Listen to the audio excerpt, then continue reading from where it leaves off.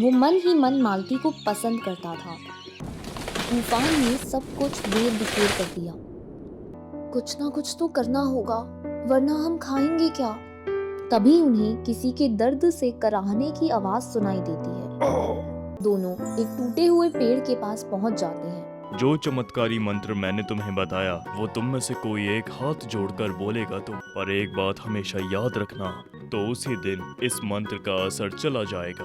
अब हम फिर से वही गरीबी वाली जिंदगी में लौट जाएंगे। हरगिज नहीं।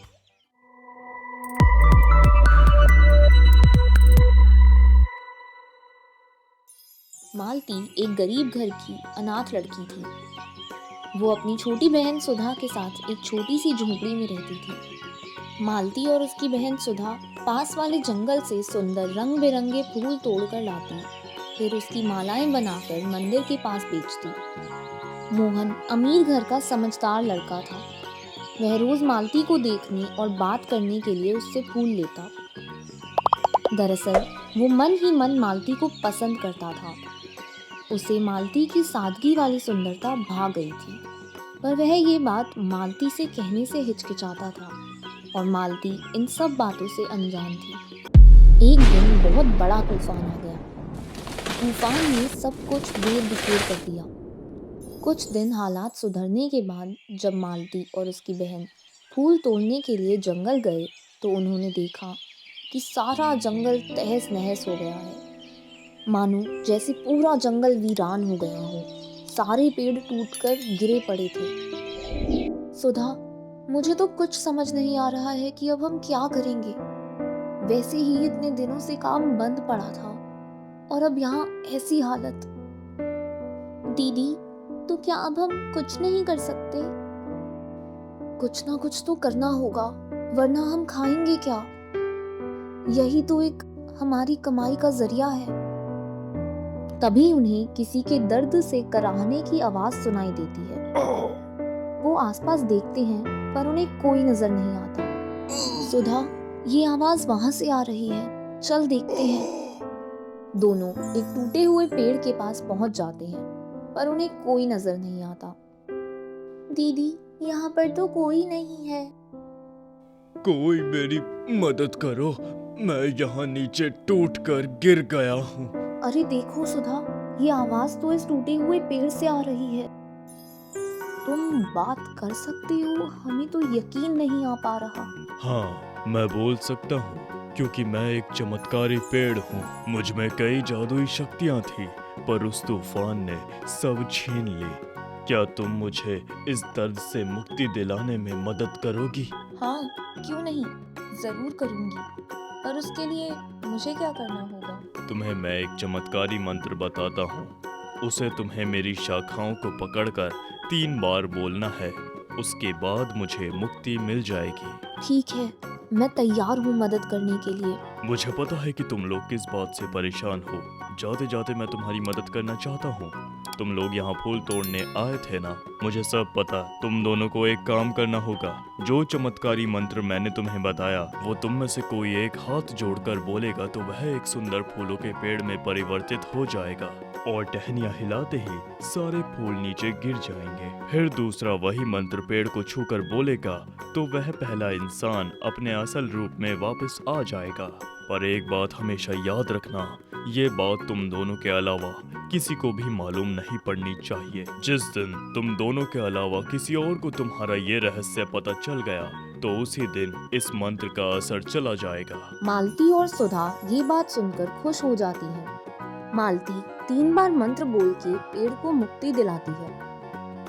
मंत्र बोलते ही पेड़ अदृश्य हो जाता है।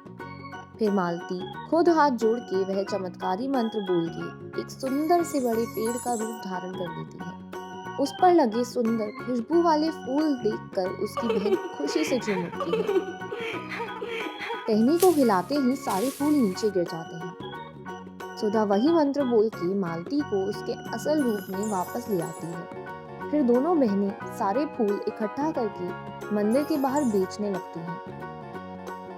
अभी इन दोनों बहनों का रोज का क्रम बन चुका था। देखते ही देखते दोनों तरक्की करती गई। अब इन्होंने बड़ी दुकान खोल दी और उनके फूल आसपास के गांव में भी बिकने लगे। उनके चमत्कारी सुगंधित फूल किसी को भी मोहित कर देने वाले थे। ये सब देखकर मोहन को बहुत ही हैरानी हुई। एक दिन उसने मालती से पूछ ही लिया।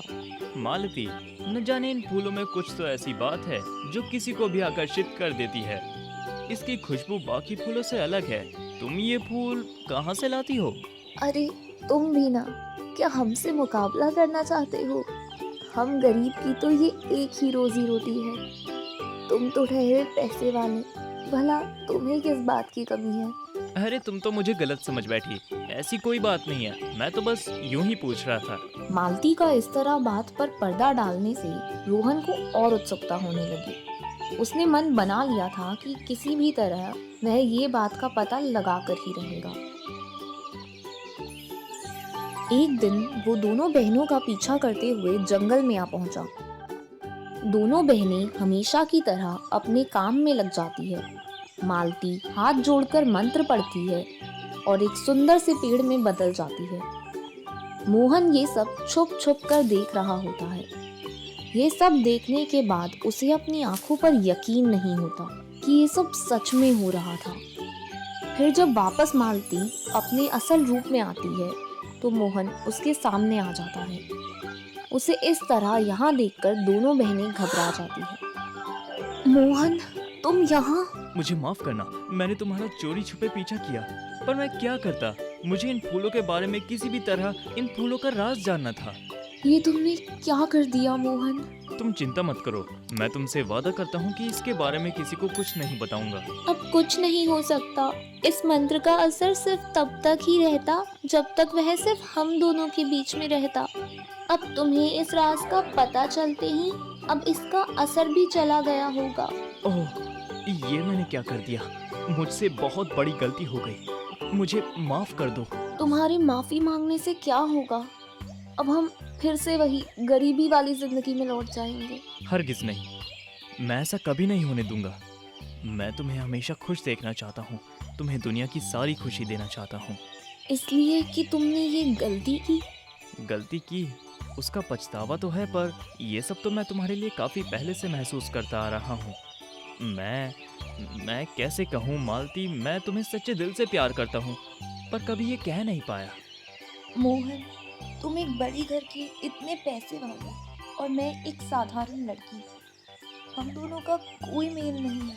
मुझे तुम्हारी सादगी ही अच्छी लगती है। तुमसे अच्छा जीवन साथी मुझे नहीं मिल सकता। तभी सुधा उन दोनों की आंखों में एक दूसरे के लिए सच्चा प्रेम देख लेती है। फिर वह दोनों का हाथ एक दूसरे के हाथ में दे देती है